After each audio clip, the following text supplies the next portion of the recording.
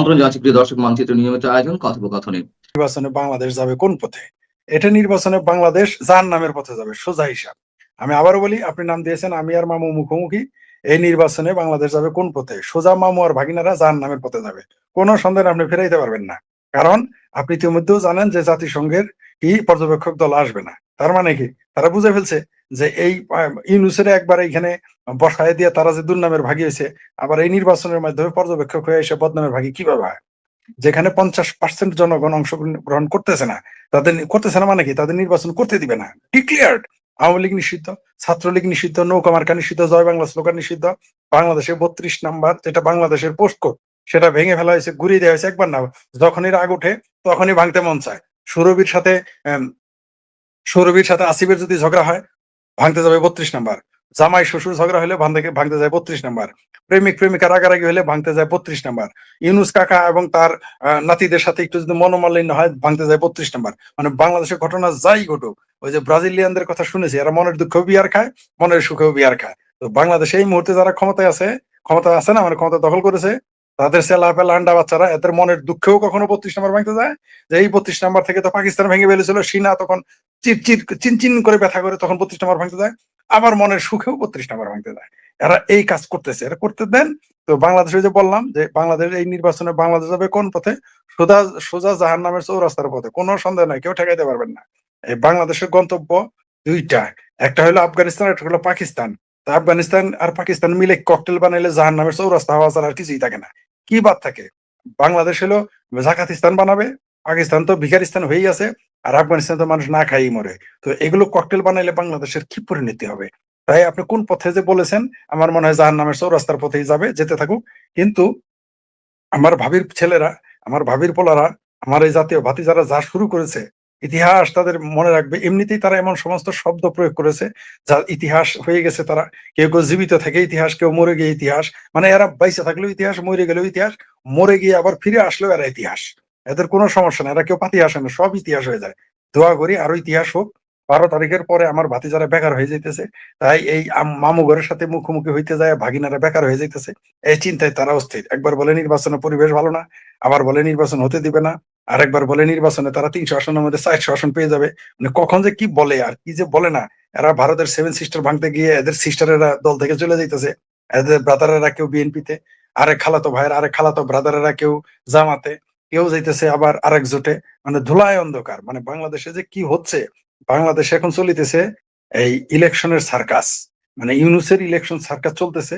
এই সার্কাস যে কতদিন চলবে তা আমরা জানি না, তবে নিশ্চিত থাকেন 12 তারিখের পরে বাংলাদেশে একটা কিছু ঘটতে যাচ্ছে। এত সংবিধানই মানে না, এদের সংবিধান তো জুলাইয়ের ওই যে তালিবান সহায়কার অন্তত, অন্তত এরা এই সংবিধান এদের। মানে এই উপদেশটা কত নির্লজ্জ বেহায়া। এরপরও দেখেন এখন এখন কি বলবে, এখন যারা বললো যে আওয়ামী লীগ ফ্যাসিস্ট, আওয়ামী লীগ কি কোনোদিন বলেছে যারা ছাত্রলীগ করে বা আওয়ামী লীগ করে তাদের ধরতে গেলে সরকার অনুমতি নিতে হবে? অথবা কি বলেছে যারা মুক্তিযোদ্ধা তারা যদি কোনো কিছু করে তাদের অ্যারেস্ট করা যাবে না? বলেছিল কোনোদিন? এই বাংলাদেশের ইতিহাসে কেউ বলে নাই। তো বাংলাদেশে যেখানে মুক্তিযোদ্ধারা আইনের ঊর্ধ্বে না, আর এই জুলাই যুদ্ধ আমার শুক্র 8 দিন আসছে, আমার ভাবির পোলারা আইনের ঊর্ধ্বে উঠে গেল, এরা কি নবী রাসূল হয়ে গেল নাকি? মানে এই দেশে না, বাংলাদেশের রাজনীতিটাকে এত ধ্বংসের দ্বার প্রান্তে নিয়ে গেল। তবে এটা ভালো করেছে একটা কাজ, সেটা হলো আওয়ামী লীগ ভবিষ্যতে বড় স্বৈরাচার যাতে হইতে পারে সেই পথ খুলে দিয়ে গেল। মানে ওরা বলেছেন আওয়ামী লীগ স্বৈরাচার, আওয়ামী লীগ যাতে স্বৈরাচার হইতে পারে সকল পথ তারা খুলে দিয়েছে। যেমন তারা 32 নম্বর ভেঙে সেই পথ খুলে দিয়েছে যাতে 32 লাখ বাড়ি ভাঙতে পারে। যেমন তারা রেল জ্বালিয়ে দিয়ে বলেছে যে এগুলো জ্বালিয়ে দিয়েছে তাতে কি, গুলি করে যাবে না, কারণ এটা জনগণের জান বড়। আওয়ামী লীগ ওই কথাটা আবার ভবিষ্যতে বলবে। তারপরে মনে করেন ছাত্রলীগের বা যুবলীগের বা কৃষক লীগের বা আরো যারা সংগঠন আছে তারা এসে যখন বলবে যে থানা জ্বালিয়ে দিয়েছে, পুড়িয়ে দিয়েছে, তাদের কিছু করা যাবে না, তখন কোন মুখে তার কথা বলবে? তারা তো আজকে এগুলো বলেছে। মনে করেন আগামীতে কোনো সরকার আসলো আর বললো যে ছাত্রলীগ মুক্তিযুদ্ধের পক্ষের কোন শক্তিকে, কোন বিপ্লবীকে অ্যারেস্ট করা যাবে না, তখন এরা কি বলবে? দেখবেন এদের তখন মুখে খই ফুটবে। আপনার কোন বামপন্থীদের কথা বলে প্রতিবাদ করতে দেখেছেন? আমি জানি না, আমি তো মূল ঘটনায় জানি না, আপনার কাছে শুনলাম। আমি জানি না তারা প্রতিবাদ করছে কিনা। আমি জানি প্রতিবাদ করবে না, এই মুরুদ তাদের নাই। বাংলাদেশে কোনো বুদ্ধিজীবীর মুরুদ নাই। এই তৌহিদ নামের অপদেষ্টার, এই মূর্খের, এই স্বেচ্ছাচারী, এই বদমাইশটার কথা প্রতিবাদ করার ক্ষমতা বাংলাদেশে কোনো বুদ্ধিজীবী নাই। আমি জানি তারা করবেও না, কারণ তাদের কাছে মনে মনে খুব ভালো লাগতেছে। কারণ তাদের গণতন্ত্র, বাক স্বাধীনতা, ন্যায় বিচার, আইনের শাসন, সুশাসন, বাক স্বাধীনতা, ব্যক্তি স্বাধীনতা, freedom of voice, freedom of choice সবকিছু তাদের দরকার হয় যখন কেবল আওয়ামী লীগ ক্ষমতায় থাকে। আওয়ামী লীগ যখন ক্ষমতার বাইরে চলে যায় তখন ওগুলো আর কিছুই দরকার পড়ে না। তার জন্য তৌহিদ নামক এই স্টুপিডটা এটা বলতে পারছে যে তথাকথিত এই জুলাই সন্ত্রাসীদের অ্যারেস্ট করার আগে তার অনুমতি নিতে হবে। মানে এদের কি করে দেখ, এদেরকে নবী রাসূল হিসেবে ঘোষণা করে দেখ, যারা হলো বাংলাদেশি নবী রাসূল। তাহলে আরো সুবিধা হয়, তাহলে মোটামুটি আইনের শাসন তো মানে তাদের গ্রেপ্তার তো দরকার, তাদের চিন্তাও করতে পারবে না গ্রেপ্তার, এটা ঘোষণা করে দেখ, ঘোষণা করে দিতে বলেন। আপনি জানেন যে আমি স্ট্রিট পিপলের সাথে কথা বলি, গাজীপুর, জয়দেবপুর, মিরপুর, উত্তরা, কমলাপুর, যাত্রাবাড়ি, এই সমস্ত যাদের ফুটপাতে দোকান থাকে অনেকের সাথে আমার কথা হয়। এটা আমার আগে থেকেই স্বভাব, এখন তো আরো বেশি বেশি হয়। কমলাপুরে শুধু মতিঝিলের আশেপাশে যে ফুটপাতের দোকান ছিল, একটা খাবারের দোকান ছিল ওই বাংলাদেশ ব্যাংকের পাশের চিপার গলিতে, প্রতিদিন তাদের বিক্রি হইতো 1 লাখ টাকা প্রতিদিন। ওইখানে একটা ছিল যারা নিম্ন মধ্যবিত্ত বা মধ্যবিত্ত তারা ওইখানে চুপি চুপি এসে খেয়ে যেত। সেই দোকানটা এখন আর নাই। কারণ সেখানে বিক্রি হয় না। বুঝতে পারছেন তো অবস্থা? আশেপাশে আরো দোকান ছিল। রিক্সাওয়ালারা বলল যে রিক্সাওয়ালারা ভাই এই ২ ঘন্টা পর পর আইসা খাইতো রিক্সাওয়ালারা। মানে যারা আরো একটু নিম্নমানের দোকান। রিক্সাওয়ালারা আশেপাশে খাইতো। সেটা মিরপুর বলেন, মতিঝিল বলেন, ওই যেগুলো নাম বললাম সব। যাত্রাবাড়ি বলেন, উত্তরা, মতিঝিল, গাজীপুর, জয়দেবপুর যেখানেই যান আপনি। এমনকি সাভার বাস স্ট্যান্ড। বলে রিক্সাওয়ালারা কতক্ষণ পর পর খাইতো। কারণ পরিশ্রম করে তারা। তাদের একটু বেশি খেতে হয়। এখন আর রিক্সাওয়ালারা চা খাওয়ার সাহস পায় না। একটা চা, একটা পাউরুটি খাওয়ার সাহস পায় না। কারণ কি তাদের ইনকাম নাই। আগে তাদের সেই ইনকামটা ছিল। সিএনজি আলারা তো আফসোস করে বলতো, উবার আলারা তো আফসোস করে বলতো যে তাদের সাথে নাকি রিক্সাওয়ালার ইনকাম বেশি। আফসোস করে বলতো, এটা আমরা শুনতাম। আমরা যে কোনো রিক্সার উবার আলারা জিজ্ঞেস করতাম তোমার ইনকাম কত, বলতো ভাই আম করছে রিক্সাওয়ালার ইনকাম বেশি। আমি এটা সত্য ছিল, এই কথাটা সত্য। আপনি চিন্তা করে দেখেন, গুলশান বনানীতে রিক্সাওয়ালাদের রিক্সার যে চালাইতো তাদের কত লক্ষ টাকা নিত এটা তো আপনি জানেনই। এখন এটা নেওয়ার লোক নাই, ওই ওই রিক্সার ওই নাম্বার নেওয়ার লোক নাই। কারণ হলো ইনকাম নাই, ইনকাম না থাকলে কোথায় যাবে? শুধু এখানে না, আরেকটা তথ্য দেই, মৌলবীদেরও ইনকাম কমে গেছে। সবচেয়ে মজার বিষয়, এইবার মৌলবীদের যে ওয়াজের রেট অর্ধেক হয়ে গেছে। যে মৌলবী আগে 1 লাখ নিত এখন 50,000, যে 50,000 সে নেয় 30,000, যারা হয়তো 30,000 সে 10,000 নেমে গেছে। আর সবচেয়ে বিস্ময়কর ব্যাপার, যে মাদ্রাসায় আগে 3 বেলা 4 বেলা খাবার পাঠাইতো সেই লোকটা এখন আর পাঠায় না। মৌলবীদের হুজুরের আর আগের মতো আর খাবার দেয় না। মানে 5 বেলা খাওয়া ওটা বন্ধ হয়ে গেছে এখন, কারণ নিজেরই তো পেটে ভাত নাই। আমার যদি পেটে ভাত না থাকে আমি আরেকজনকে কিভাবে দেবো? আপনি যদি আপনার সন্তান নিয়ে চলতে আপনার সমস্যা হয়, আপনি আমাকে কখন সহযোগিতা করবেন? বা আমাদের যখন উভয়ের সমস্যা হবে তখন আমরা আরেকজনকে কিভাবে সহযোগিতা করবো? আর আপনি একটা গুরুত্বপূর্ণ কথা বলেছেন। প্রথমে আমারও ক্ষোভ ছিল যে বাংলাদেশে বুদ্ধিজীবীরা, লেখকেরা, সাংবাদিকেরা কেন কথা বলে না। আমিও আপনার এই চ্যানেলে এসে ক্ষোভ ঝেড়েছি, কোনো সন্দেহ নেই। কিন্তু এই কথাও সত্য যে তাদের পরিবার, আমি যেমন ঝুঁকি নিয়েছি সবাই তো আর ঝুঁকি নিবে না। সবাই তো আর ঝুঁকি নেবে না। আমি আমার জীবন, মানে আমার জিন্দেগির দাও পে লাগা দিয়া আমি আমার পরিবারকে পরিবার নিয়ে জুয়া খেলার মতো ঘটনা ঘটে গেছে। মানে যেকোনো মুহূর্তে আমার পরিবার পরিজন, আমার সন্তান, আমার উপরে যেকোনো কিছু ঘটতে পারে। আমি সেটা ঝুঁকি নিয়েছি। সবাই তো আর এই ঝুঁকিটা নিবে না। কারণ এটা যে মানসিক কত বেদনার, কত কষ্টের, কত ঝুঁকি নিয়ে কথা বলতে হয়। সন্তানদের চিন্তা, আপনি ঠিকই বলেছেন। আমার সন্তানদের তো মানে ২ মাস পর, পর তাদের স্থান পরিবর্তন করতে হয়। তাহলে এই ঝুঁকিটা কে নিবে ভাই? কেউ নিবে না। আর যাদের সম্পদ আছে তারা তো আরো ঝুঁকি নিবে না। আমার নয় সম্পদ কম তাই ঝুঁকি নিয়েছি। কিন্তু আসলে তা না, ঝুঁকি ঝুঁকিই। ওই মুরগি ছোট মুরগি ডিম ছোটই পারুক আর বড়ই পারুক, ব্যথা কিন্তু সমানই। তো বাংলাদেশের মানুষের কিন্তু আমাদের ঝুঁকি এইজন্যই নিয়েছি। কারণ মুক্তিযুদ্ধের ইতিহাস আমি নিজে পড়তাম। মুক্তিযুদ্ধের বই গাড়ি নিয়ে আমি মানুষের দ্বারে, দ্বারে যাইতাম। আমি জানি যে মুক্তিযুদ্ধে যারা গিয়েছিল তারা জীবনের ঝুঁকিটা নিয়েছিল বলেই আজকে আমি স্বাধীন একটা দেশ পেয়েছি। আপনি রূপক দাস একটি, রূপক চন্দ্র আজকে রূপক চন্দ্র দাস, আপনি একটা স্বাধীন দেশের নাগরিক হতে পেরেছিলেন এবং সেই পাসপোর্ট নিয়ে আপনি বিদেশে যেতে পেরেছিলেন। নইলে আমরা এই আজকে পাকিস্তানের পাসপোর্ট হলে আপনি যেতে পারতেন না। এই সুযোগ আপনি পেতেন না। গেলেও সেটা পরাধীন হিসেবে আপনি যেতেন। তো আমাদের যে দুর্ভাগ্য আমাদের, যে এই বাংলাদেশটা এখন কাদের খপ্পরে? যারা স্বাধীনতা বিরোধী। কাদের খপ্পরে? যারা বাংলাদেশটাকে ধ্বংস করতে চায়। তো এখন একদিকে ভয়, ভীতি, সম্পদহানি, সম্মানহানি, জেল-জুলুমের ভয়। আপনি দেখেছেন কলিমুল্লাহ স্যার, পান্না ভাই এদেরকে জেলে নিল। আরো কয়েকজন সাংবাদিককে জেলে নিল। কেন নিল? কি ছিল তাদের অপরাধ? অধ্যাপক কার্জনের কি ছিল অপরাধ? তারা তো সকলেই এই জুলাই সন্ত্রাসী আন্দোলনের পক্ষে ছিল। তারপরও তাদের অ্যারেস্ট করা হয়েছে। মানে এই মুহূর্তে ন্যূনতম সরকারের সমালোচনা তারা বরদাস্ত করতে পারতেছে না। আর এরাই বলে যে শেখ হাসিনা স্বৈরাচার। অর্থাৎ চালন বলে সুই, সেদা কেন তুই? বিষয়টা এরকম। যারা বলে যে তাদের লোকদের গ্রেপ্তার করতে সরকারের অনুমতি লাগবে, তারাই আবার বলে শেখ হাসিনা স্বৈরাচার। এর চাইতে লজ্জার, এর চাইতে দুঃখের, এর চাইতে বেদনার আর কি থাকতে পারে? যারা বলে এসেছিল দেশে বাক স্বাধীনতা নাই, তারাই বাক স্বাধীনতা হরণ করলো। যারা বলে এসেছে দেশে বৈষম্য আছে, আমরা বৈষম্য দূর করব, তারাই এসে বৈষম্য সৃষ্টি করলো। বলল যে যারা বলল যারা বলল যে দেশে এখন ভোট নাই, তারাই এসে 17 মাস ভোটের কোনো আলাপ নাই। যারা এসে বলল বাংলাদেশে আইন শৃঙ্খলার অবনতি ঘটেছে, ছাত্রলীগ সন্ত্রাস করে, যুবলীগ সন্ত্রাস করে, আমরা দেখলাম মাশাআল্লাহ এখন আইন আদালতই নেই। আর যারা বলল যে ছাত্রলীগ যুবলীগ সন্ত্রাস করে, এখন দেখলাম তারা মব সন্ত্রাসকে আইনের ভিত্তি দিয়ে দিছে। মব দেখে এখন পুলিশ তো ভয় পায়, পুলিশ ভয় বলে তারা বলে যে আমরা মব সন্ত্রাসে ভয় মাঠে নামি না। খোদ পুলিশ বলে, মানে পুলিশ বলে তারা মব সন্ত্রাসের ভয়ে ঢুকে বাইরে নামে না। সেনাবাহিনী কিছুই বলে না। সেনাবাহিনীর সামনে বাড়িঘর ভাঙে, সেনাবাহিনী কিছু বলে না। শুধু সেনাবাহিনী না, তাদের সাথে শুধু বন্দুক থাকে তা না, তাদের সাথে হাতিয়ার থাকে তা না, তারা ম্যাজিস্ট্রেসি পাওয়ার নিয়ে বসে আছে। তারপরে তাদের সামনে ঘর বাড়ি ভাঙলে মানুষকে পেটাইলে যায় আসে না। এরাই আবার বলে শেখ হাসিনা স্বৈরাচার ছিল, শেখ হাসিনা স্বেচ্ছাচারী ছিল, ছাত্রলীগ যুবলীগ সন্ত্রাসী। এখন যারা করে তারা কি, তারা কারা? এই যে আইন শৃঙ্খলা বাহিনীর আওয়ামী লীগের আমলে কবে কোন পত্রিকা অফিস পুড়ে দিতে গেছিল? আওয়ামী লীগের আমলে কোন পত্রিকা অফিসে গিয়ে হামলা করেছিল? কিন্তু এখন তা হচ্ছে এবং আরো ভবিষ্যতে হবে। দেখা যাক 12 তারিখের পরে বাংলাদেশে কি কি ঘটে আর কি ঘটে না। বাংলাদেশের শেখ হাসিনার সরকার উচ্ছেদ, মুক্তিযুদ্ধের পক্ষের সরকার যে উচ্ছেদ করেছে, এটা শুধুমাত্র শেখ হাসিনা এবং আওয়ামী লীগ টার্গেট ছিল না, এটা শুধুমাত্র বাংলাদেশ টার্গেট ছিল না। এখন দিন যত যাচ্ছে ততই স্পষ্ট থেকে স্পষ্টতর হচ্ছে আসল টার্গেট তাদের ভারত। আওয়ামী লীগ টার্গেট ছিল না, এটা শুধুমাত্র বাংলাদেশ টার্গেট ছিল না। এখন দিন যত যাচ্ছে ততই স্পষ্ট থেকে স্পষ্টতর হচ্ছে আসল টার্গেট তাদের ভারত। ভারতকে ভাঙার জন্য, ভারতকে অস্থিতিশীল করার জন্যই বাংলাদেশের এই রিজিম পরিবর্তন ঘটানো হয়েছে। এটা এখন দিনের আলোর মতো পরিষ্কার। কারণ তার জন্যই আমার ভাবির পোলারা যারা নিজের এলাকায় গিয়ে একটা একটা রিক্সালার গায়ে হাত দিতে পারবে না, নিজের এলাকায় গিয়ে একটা কামলার গায়ে হাত দিতে পারবে না, সেই লোকটা ভারত ভেঙে ফেলতে চায়। সুতরাং এটা তো বোঝাই যায়, যারা নিজের এলাকায় গিয়ে লাথি উষ্টা একটা মেম্বারের সাথে গিয়ে ঝগড়া বিবাদ করে পারবে না, তারা বলে 7 সিস্টার দখল করবে, তারা বলে কলকাতা দখল করবে, কেউ বলে দিল্লি দখল করবে। বাংলাদেশে এই শ্রেণীটাকে অবশ্যই ঢোকানো হয়েছে, এটা পরিকল্পিত ভাবেই করা হয়েছে।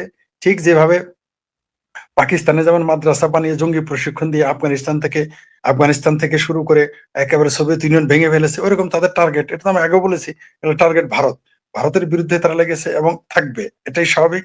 শেখ হাসিনা ক্ষমতায় থাকাকালীনও বলেছিলেন, তাই হয়তো আমরা এখন তার বিরুদ্ধে, তিনি যখন ক্ষমতায় যাওয়ার পরে বলেন না, আগেই বলেছিলেন যে এইখানে একটি দেশ বানাইতে চায়, বন্দর চায়, করিডোর চায়, সেগুলো না দেওয়ার কারণে তার সাথে সরকারের এত বিরোধ। তিনি স্পষ্টই বলেছিলেন সাদা চামড়া মানুষেরা এখানে একটা দেশ গঠন করতে চায়। একটা দেশ গঠন করতে হলে কার দেশ লাগবে? এখানে ভারত ভাঙতে হবে, বাংলাদেশ ভাঙতে হবে, বার্মা ভাঙতে হবে, এগুলো ভেঙেই তো করতে হবে। আর এই ভাঙাভাঙি লোকেরাই এখন ক্ষমতায় আছে, ক্ষমতা দখল করে আছে। নিঃসন্দেহে প্রিয় দর্শক, আপনি যেটা লিখেছেন কোনো সন্দেহ নাই, এই মুহূর্তে বাংলাদেশ দ্বিতীয় পাকিস্তানে অলরেডি পরিণত হয়ে গেছে। আর পাকিস্তান, তুরস্ক এই কাজটা পরিকল্পিত ভাবেই করতেছে।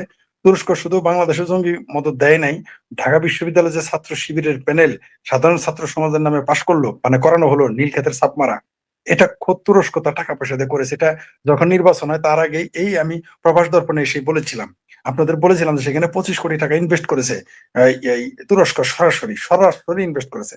আপনারা সেই ফল দেখেছেন। এইভাবে বাংলাদেশে ভারত বিরোধী শক্তিগুলোকে পৃষ্ঠপোষকতা দিয়ে, যারা মনে করেন পৃষ্ঠপোষকতা ছাড়া কিছু হয়, তারা এটা ভালো করে দেখে নিতে পারেন যে এইখানে পৃষ্ঠপোষকতা আছে বলেই বাংলাদেশে এই মুহূর্তে জঙ্গিবাদ প্রতিষ্ঠিত হচ্ছে। পৃষ্ঠপোষকতা আছে বলে জঙ্গিবাদের এত রমরমা, এত জজবা আমরা দেখতে পাচ্ছি। ভারত বিরোধী সকল এলিমেন্টস, সকল শক্তি, সকল পক্ষ, সকল শ্রেণী পেশার মানুষগুলোকে বাংলাদেশ ঐক্যবদ্ধ করা হচ্ছে মূলত শেখ হাসিনার সরকারের পতনের মাধ্যমে। ভারতকে অস্থিতিশীল করার জন্য, ভারতকে সোজা সাপটা যদি বলি, ভারতকে ভেঙে ফেলার জন্য সকল ষড়যন্ত্র এখন বাংলাদেশের মাটিতে বসে করতেছে এবং করবে। আরো কয়েকটা দেশ আছে, কোনো সন্দেহ নাই। কিন্তু ভারত যেহেতু চেষ্টা করে যাচ্ছে, তারাও তাদেরও তো পররাষ্ট্র নীতি রয়েছে, তার জন্যই তো তারা বিভিন্ন প্রচেষ্টা চালিয়ে যাচ্ছে। এখন দেখা যাক সামনে কি ঘটে। তবে ভারত যদি সঠিক সময়ে সঠিক সিদ্ধান্ত না নেয়, তাহলে ভারতের জন্য খুব ক্ষতি হয়ে যাবে। এই ক্ষতিটা শুধু আওয়ামী লীগের না, বাংলাদেশের মুক্তিযুদ্ধের না। হয় বাংলাদেশ, মানে যদি বাংলাদেশে এরকম মৌলবাদী শক্তি, মুক্তিযুদ্ধ বিরোধী শক্তি, পাকিস্তান প্রেমী শক্তিটাকে এইভাবে পৃষ্ঠপোষকতা দিতেই থাকে, তাহলে সেটা বাংলাদেশের জন্য তো খতরাই, বাংলাদেশের অস্তিত্বই থাকবে না। ভারতের জন্য সেটা চরম বিপদ বয়ে আনবে, কোনো সন্দেহ নেই তাতে। বাংলাদেশের তেল, বাংলাদেশের গ্যাস, বাংলাদেশের খনিজ সম্পদ, বাংলাদেশের ভূমি, বাংলাদেশের সমুদ্র সৈকত, বাংলাদেশের বন্দর, এগুলো এখন গনিমতের মাল হয়ে গেছে। আর এগুলো গনিমতের মাল বানানোর জন্যই তো ডক্টর ইউনূস নামে এক পিশাচ, এক ইতর, এক আদম ব্যাপারীকে ক্ষমতায় বসানো হয়েছে। এই ব্রোকার না, সে হলো যে দাস, বিদেশি প্রভুদের দাসকে বসানো হয়েছে পরিকল্পিতভাবে। দেশটা শেষ হবে না, শেষ হয়ে গেছে। আমরা যদি খুব দ্রুতই এই রিজিম পরিবর্তন না করতে পারি, বাংলাদেশের ভবিষ্যৎ খুবই অন্ধকার। শুধু অন্ধকার না, বাংলাদেশ যে কোনো মুহূর্তে কয়েক ভাগে ভাগ হয়ে যেতে পারে। বিশেষ করে সংখ্যালঘুদের উপরে ব্যাপক নির্যাতন চলতেছে, এটা পরিকল্পিত ভাবে করা আছে। আমি তো বলেছি যে প্রথমে আওয়ামী লীগকে পেটাবে, তারপর সংখ্যালঘুদের উপরে স্টিম রোলার চালাবে, এবং এটা করবে, এবং 12 তারিখের পর আরো করবে। আপনি মনে করেন না যে বিএনপি ক্ষমতায় আসলে সংখ্যালঘুদের জীবন মানের নিরাপত্তা উন্নয়ন ঘটবে? নো, আওয়ামী লীগ চলতে পারবে না, আরো আওয়ামী লীগের উপরে বেশি অত্যাচার হবে। কোনো সন্দেহ নাই, যারা এখন এই মুহূর্তে বাংলাদেশের মুক্তিযুদ্ধের পক্ষের শক্তি, তারা যদি ঐক্যবদ্ধ হয়ে মাঠে না নামে, তারা যদি মনে করে যে এইভাবে টিকে থাকবে, না, তারা পারবে না। তাদের কিন্তু এমনিও মরতে হবে, অন্যও মরতে হবে। আমার মনে হয় তাদের ঐক্যবদ্ধ হওয়া উচিত। ঐক্যবদ্ধ হওয়া ছাড়া কোনো উপায় নাই। আর বাংলাদেশকে প্রতিদিন একটু একটু করে গৃহযুদ্ধের দিকে ঠেলে দেওয়া হচ্ছে, এটা জাতীয় এবং আন্তর্জাতিক ষড়যন্ত্রের মাধ্যমে। মনে হয় আমাদের কপালে আরো ভয়ঙ্কর দুঃখ আছে, যা আমরা এখনো কল্পনাও করতে পারতাছি না।